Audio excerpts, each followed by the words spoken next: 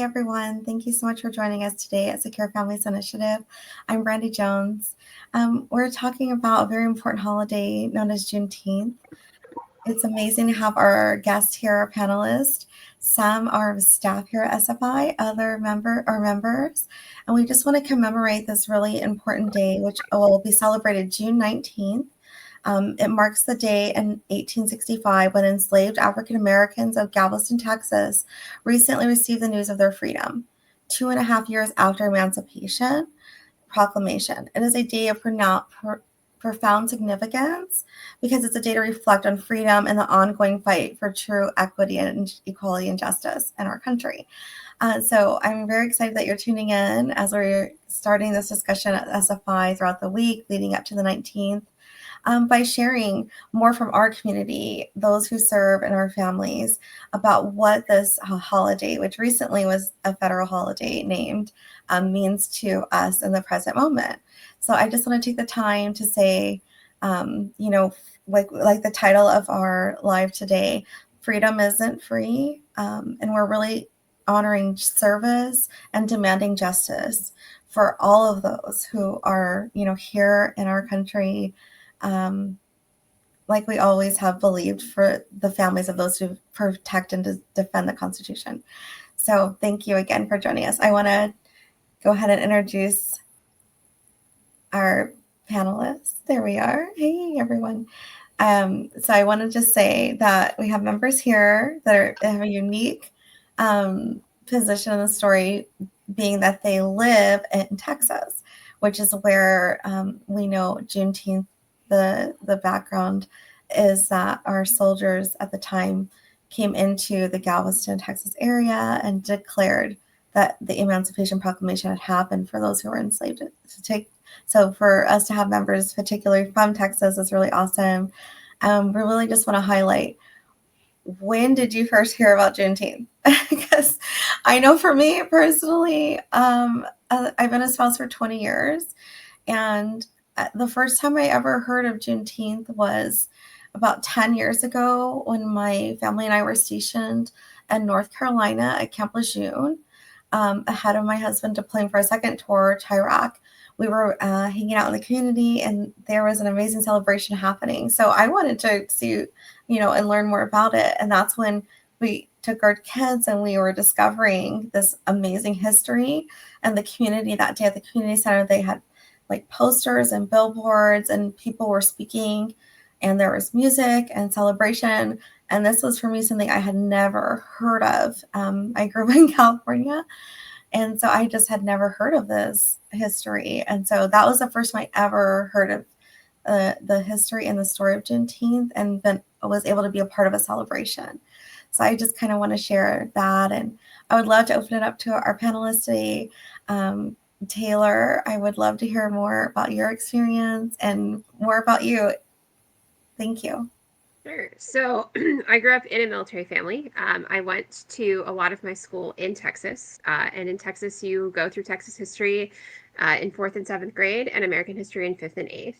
I will give credit to my Texan teachers, who were all old school white lady teachers from Texas, for sharing with us that not everyone got news about the Emancipation Proclamation when it was announced and got to experience their freedom.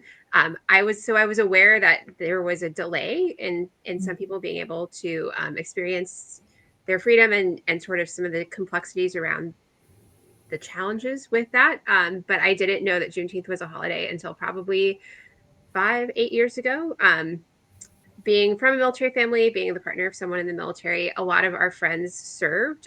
I went to Randolph High School and Randolph Air Force Base.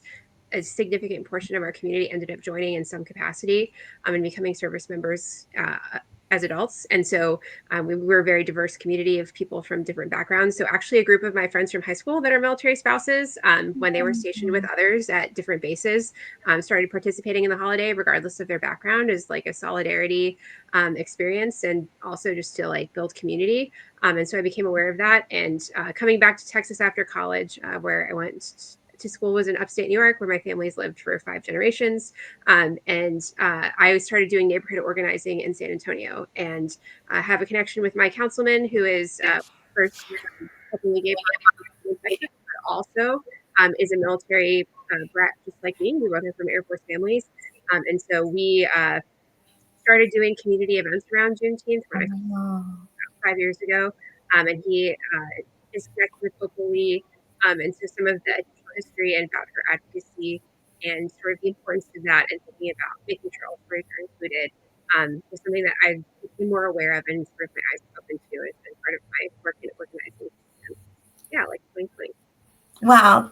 This is awesome, Taylor. I never would have thought like a group of military spouses were out there, like you said, just saying, hey, this is a holiday we need to celebrate. That's amazing. That really speaks to our community as a whole. So I really appreciate that background too.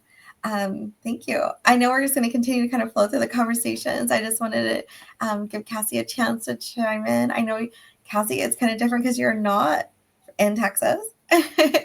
But when was the first time that you heard about Juneteenth? And if you'd like to share more about your background and affiliation with the military. Yeah, so I am a former Marine Corps spouse. Um, he's now a veteran, but so I learned about Juneteenth. It touched base on in the school from what I remember, but it wasn't something that I became more aware of until like you, Brandy. I was stationed in North Carolina at Camp Lejeune, and I'm pretty sure I know about the same event that you went to. Because in the South, I think it just means something different. It's just celebrated differently. Um, Before it became a federal holiday, where it's recognized now nationally. In the South, I think it just has a deeper meaning because they're just kind of closer connected to it, in a sense.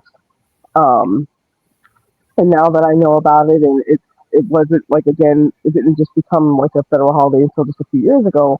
But I did the same thing as you. As I went to the celebrations in the community and I asked questions and I learned about it and became more um,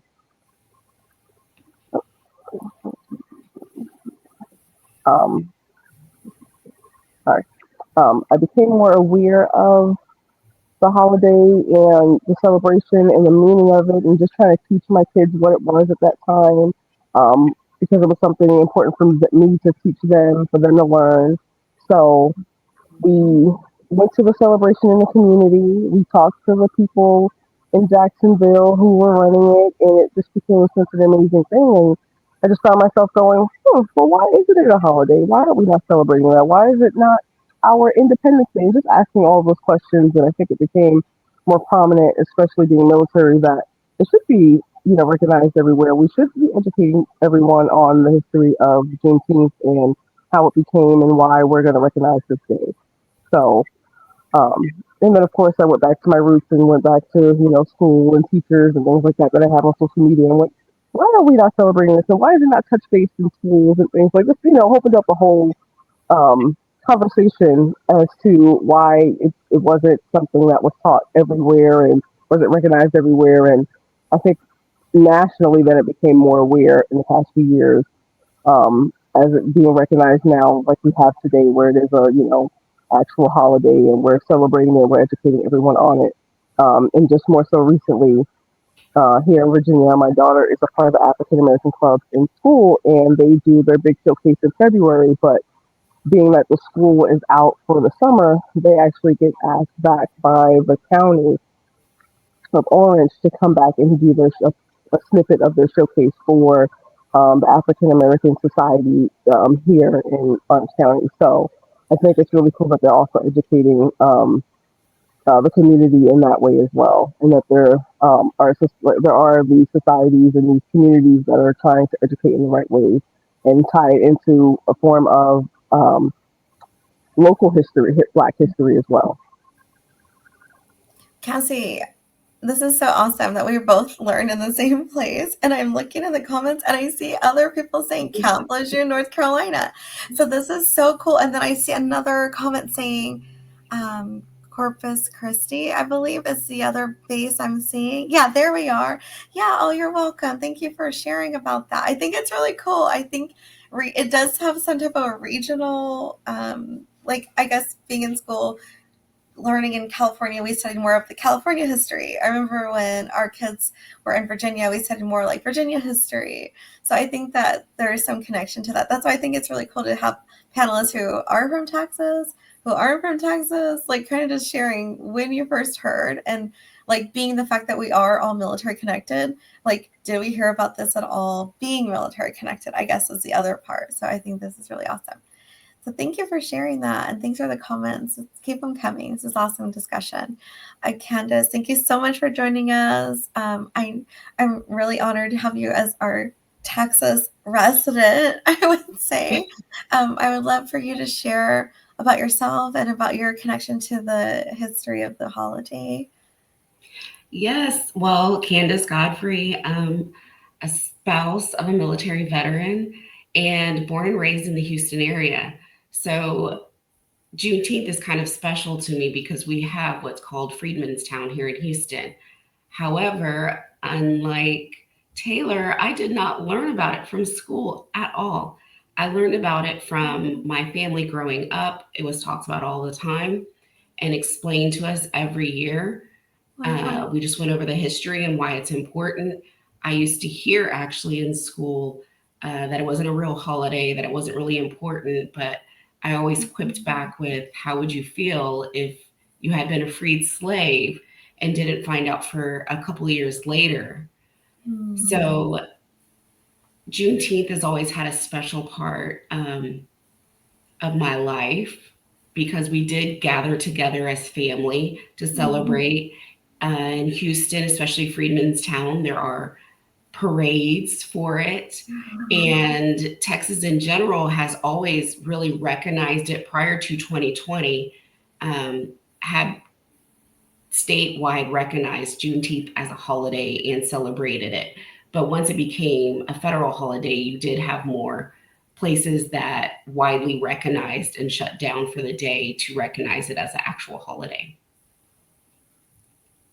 This is amazing. I'm like picturing what you're saying about your family and like what a connection that is to you and being from the area. And just probably, was it like, did you think you would ever see the day that it would become a federal holiday? Like, as you're speaking, I'm like kind of picturing, could you have imagined it?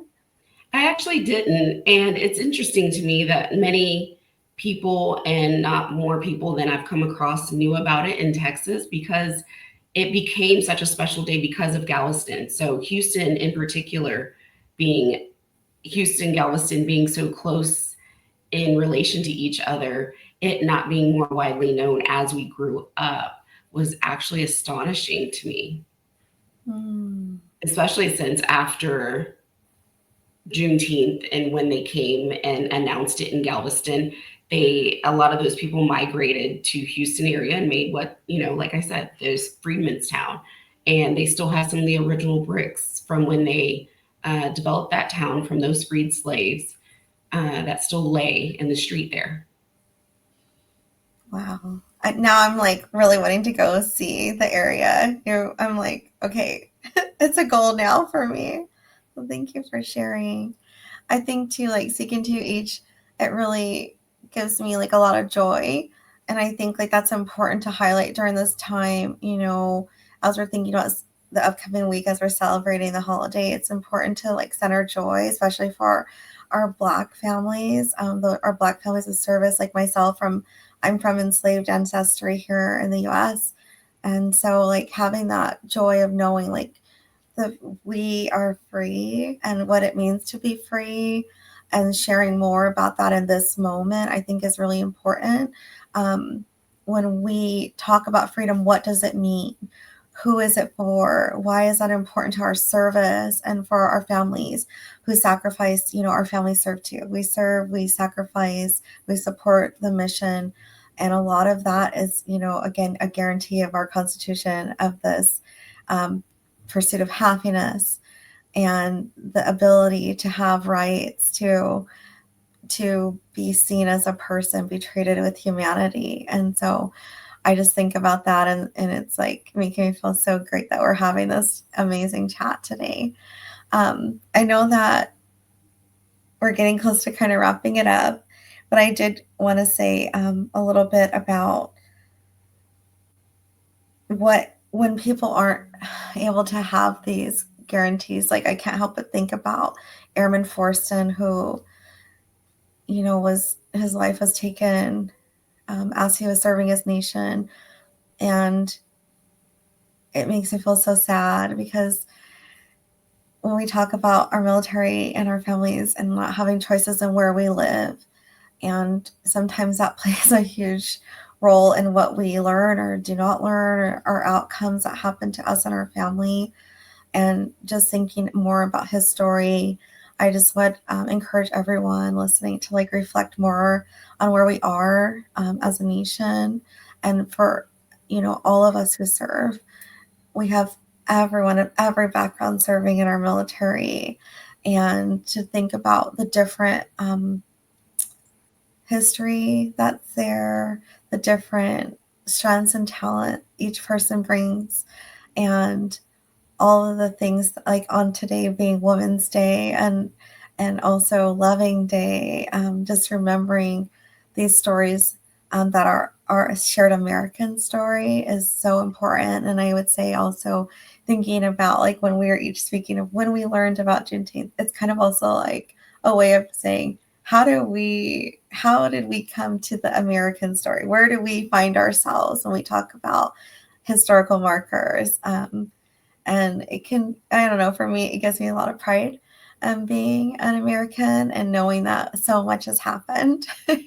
And we are so, resilient. I don't like to use that word, but we are so resilient and strong.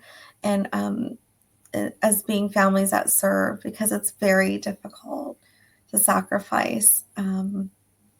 But when we hear stories of freedom, and what it means to see soldiers coming through, could you imagine it, coming through saying you're free and it's over, you're okay, and just trying to think of that moment as we are coming up on the Juneteenth anniversary. So I will say that I did attend the Juneteenth ceremony at the White House, and I was able to be there to hear what they say. She is referred to as the founder, Opal, Mrs. Opal from Texas. And so that was a moment I'll never forget.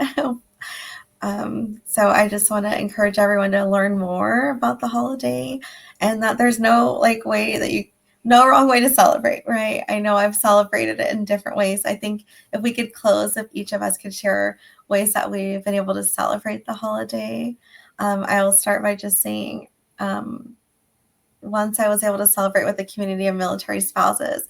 We went to a Black-owned restaurant in our town, and we celebrated by having people share stories about their family and their heritage. And we ate amazing food, and we had music playing, and it was really a great time. And I felt very connected to the military community in that moment. So that's my ideas of ways to share. I also made collage and shared more about my family and our history here in America. So Taylor, I know you shared about the spouses getting together. Was there an activity that you did or something that you Well, remember? I think one of my favorite things that this group of we were interestingly, we did not end up the way that people thought we would from who we were in high school. And so a lot this particular group of military spouses is all people I went to high school with.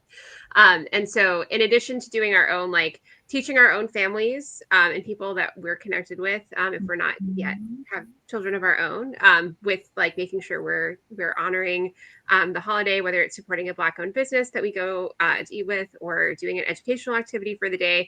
All of us post on our social media or with each other, whether we're making soul food or what business we're going to support, or if we are connected to the holiday with our own family history, things about that, and support and share that when we can't join together, which I think is great personally, depending on what's happening every year. The last couple of years, because of where I live in San Antonio, we have a couple of big Juneteenth events that I help volunteer with because of my work in local politics, that are big community festivals. So I just go as a volunteer and do what I can to help, and make sure I can invite people from my community that wouldn't necessarily otherwise go, and also share Black-owned businesses to go to that day if you're looking to get involved and make a difference. There's also been discussions in some of my workplaces about whether we should take the holiday off or not. And so always a big advocate of making sure that we do that and usually share some educational material. I'm currently listening to a British podcast about the history of like America's beginnings, which is an interesting perspective. And so they deal with issues of race and sort of our own like mythological narrative in an interesting way, that's been really challenging and helpful, and really digging into some of these issues. And so I always look for opportunities like that, depending year to year, to take things from a different perspective that I wouldn't. I feel so bummed that I can't remember the name of it, but there was a book about the American South that was written that I transformed my experience and understanding of Juneteenth, a couple years ago that I read. So I always look for some opportunity to sort of stretch myself that way and make sure I'm hearing from folks more impacted than me about their history and seeing what I can learn and listen and how it can be helpful. So those are some of the things I do and my community has done. So That's amazing, Taylor. And whenever, what we can do is we can share our books, because I'm thinking of some books I've read. So we can add this after we wrap. We'll add some books that we have all read that we'd recommend during this time. For myself, like the one off top was coming to mind is, let's see, The Black Reconstruction in America by W.E.B. Du Bois. That has a really great narrative of kind of closer to the time period, because we have people writing at the turn of the century, so they were closer to what was happening at the time, and it has a really powerful narrative because of that. But yeah, we'll throw some other recommendations out there. Cassie, I know you and I attended the same event in North Carolina, but what would you say or would you celebrate? I like to look for local events, but since Destiny is now, she was the vice president of African American Club last year. She's been promoted for senior year next year to president of the African American Club.